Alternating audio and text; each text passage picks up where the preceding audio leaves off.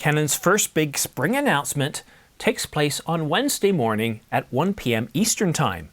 We've got a complete list of all the products to be launched, along with US pricing.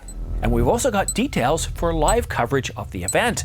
But is Canon also working on 3 other VCM lenses? Well, I've got answers to these questions in this video. But first, I have a simple and yet humble request.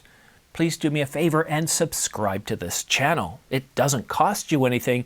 It helps this channel grow, and it keeps you up to date on the latest camera gear, such as what Canon's going to be announcing at the Wednesday event.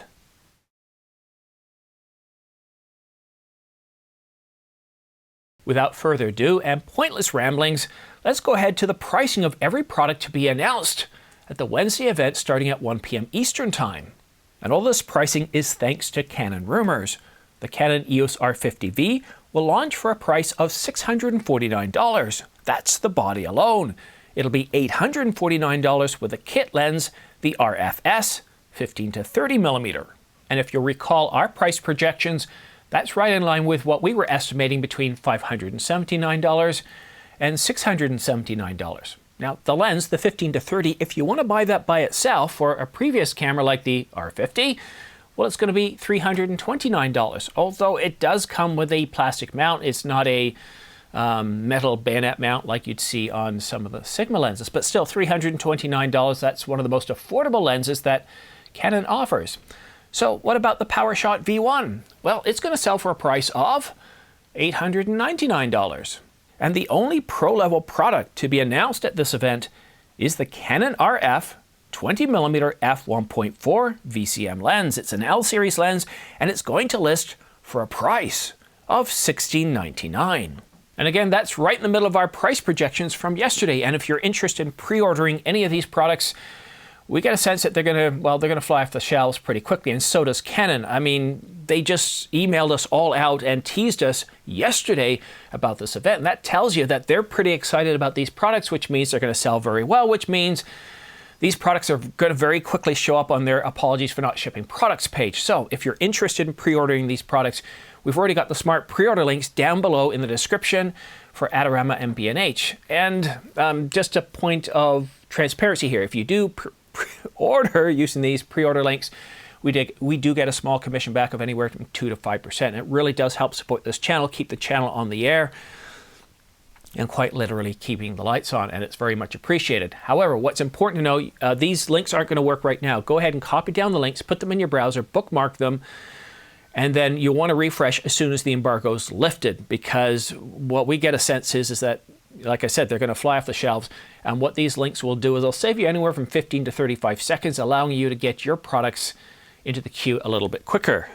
Any other breaking news? Oh, I left my phone upstairs. Anyhow, stuff is coming out all the time. So the live announcement, or the announcement, is going to take place at 1 p.m. on Wednesday, March the 26th. We're going to do a live stream, provide you with live coverage with our expert panel starting at around noon or 12:10 Eastern Time. We're going to talk about the latest leak specifications, although at this point it seems like everything is out of the bag. We're going to talk about who these products are for. Should you get the R50, the R50V? Is the R50V a replacement for the R50? What do you think about the PowerShot? And we'll also expand that to look at other cameras in Canon's lineup. What do you think about the R100? What about the R6 Mark III that might be coming out? That's another event that we expect to see the following month. And when will these products start to ship? So we'll cover all that starting at noon, 12:10. We've already got the event scheduled, this guy right here. And so we're pretty excited by that. And I know I'm tripping over my words here, but this is a first one shot. This early in the morning, I got to get this out quickly because I got a busy day at work. It's just, this time of year is absolutely crazy. My day job is absolutely crazy. And of course in the channel, because it's spring, we're getting an awful lot of announcements. And speaking of announcements, we're not just going to leave you there. We've also got, if you like VCM lenses, well, you're going to want to stick around for the next segment because we've got 3 more coming.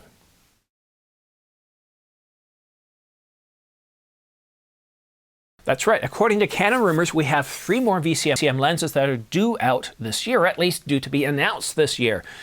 And some of them might be surprising, whereas others, it makes perfect sense. Canon rumor says that we think you should look logically at the 85mm and 135mm. They do go on to point that putting them in a small form factor would be incredibly challenging. Perhaps the 100mm would make it easier to go down to that form factor, and maybe no lens slower than f2. Well, I like where Canon Rumors is going here. I think an 85mm VCM and a 135mm VCM are perfectly logical. It makes an awful lot of sense. But why does Canon have to put it into a smaller form factor? Like the current VCM, the 50mm f1.4. Why do they have to do that? I think the construction, the methodology, the framework for VCM lenses, they don't all have to be the same size. In fact, they also all don't have to be an f1.4. But why not?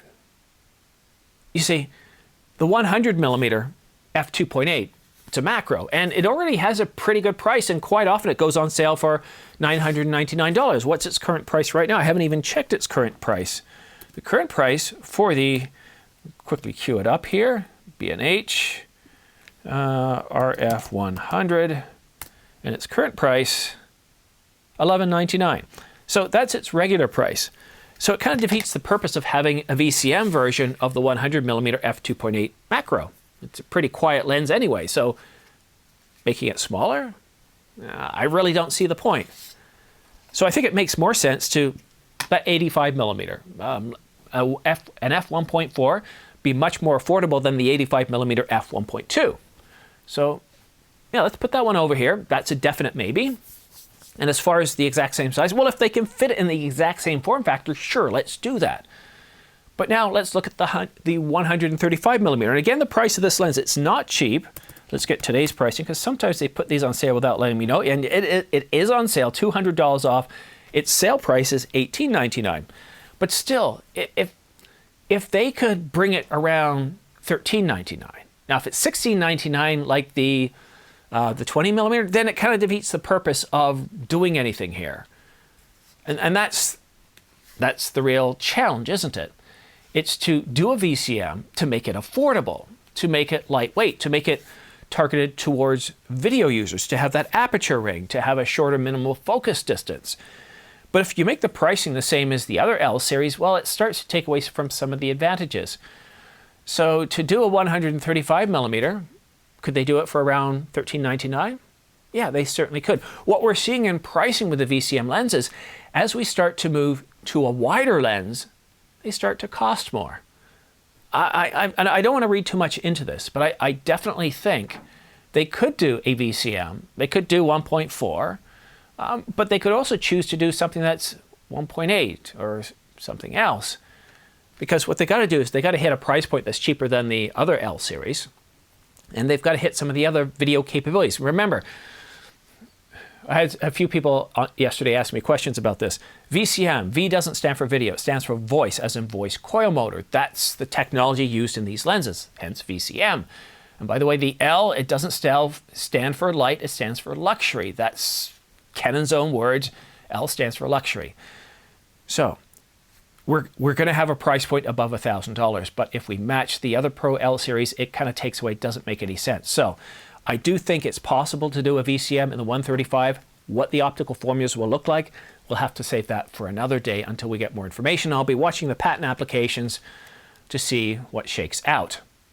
And for our third possible lens, it was suggested we could see the RF 28mm f1.4L VCM. And this lens would make Craig very happy indeed. It's one of those lenses he's been hoping to see in a long time, and if he saw Sony, he'd even be tempted to leave Canon to go to Sony just for that one 28mm f1.4. So the good news is we are getting 3 more VCM lenses this year. It's a little bit up in the air. Right now, I'd say it's kind of like juggling balls. We know there's 3 up in the air, but where they're going to land and how well that's going to look, we don't really know at this point. So 3 new lenses. 28mm, it looks like a definite maybe. As far as the 85 and 100, that would make sense. But keep in mind, Canon's been doing a lot of thinking outside the box, such as this 200 to 800mm. What's to say that Canon won't do something a little bit different? Maybe go to a 16mm, or perhaps some other focal lengths that we've never seen before. I think 85 and 100, or 85 and 135, makes sense. But that's thinking traditionally. I think we need to think outside the box here, and this is where I need your help.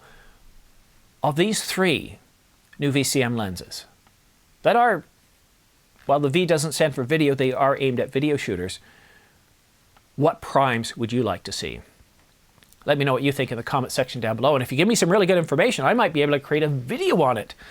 So I'm pretty excited. As I mentioned in the first segment, we are covering Canon's big announcement, the first big announcements of this spring 2025, starting at noon or 12:10 Eastern Time on Wednesday, March the 26th. We'll have our expert panel, and we're going to talk about all sorts of things leading up to this announcement. We'll also bring in the Canon EOS R6 Mark III, which is the next big announcement, which is due the following month, where we'll have some other lenses announced with that as well. And what's really exciting, at least from Canon this year, is that we're not only getting a couple of cameras, we're getting a couple of lenses, and already several announcements this year. Then we have another announcement, so it looks like Canon is finally starting to get some announcements out the door a little earlier on. We just hope that they're not going to hop onto that apologies for not shipping products page already, because that's been a big problem for years now. They announce a bunch of products, but we can't get them. Remember the R5 Mark I? Took about a year and a half before people could just call up their camera store and say, I want one, and then get one shipped within a few days. Anyhow, guys, thank you so much for watching to the end, for watching this video, and very much appreciate those of you that have used the pre-order links in the past, and for those of you considering using the smart pre-order links for this big Canon event. It's very much appreciated. And as I said in the first segment, you're helping to keep the lights on, literally supporting this channel. It's very much appreciated. That's one of the reasons why I don't do sponsorship ads, because I find them a little bit annoying. I haven't found a sponsorship yet that really fits with my... See, if one of them wanted to say, hey, Simon, we'll do an in-product placement. How about a coffee mug on your table or something back here? I'd say, yeah, let's do that, because I'm not interrupting you. I'm hitting right with the information. And you'll notice that with this channel. I don't drag on. And while this video might drag on to 8, 10, 12 minutes, right at the beginning is where I hit you with all the information. Then comes the analysis and the opinion. That's the way I want to do things. I don't want to drag you to the end of doing a whole bunch of, let's do background going back 10 years before I tell you that one thing. That's not how I do things. Anyhow, I'm having trouble speaking now. I need to wake up and have a shower. Thank you so much for tuning in. Have yourself a great day. We'll see you again soon. I wouldn't be surprised if more information comes out this weekend. But already, we've got pricing, we've got the products. What else could we know? Well, detailed specifications. Well, we have some specifications on some products. We don't have all the specifications on all the products. Thanks so much for tuning in. Have yourself a great day, a great weekend, and we'll definitely see you again soon. Cheers. Bye-bye.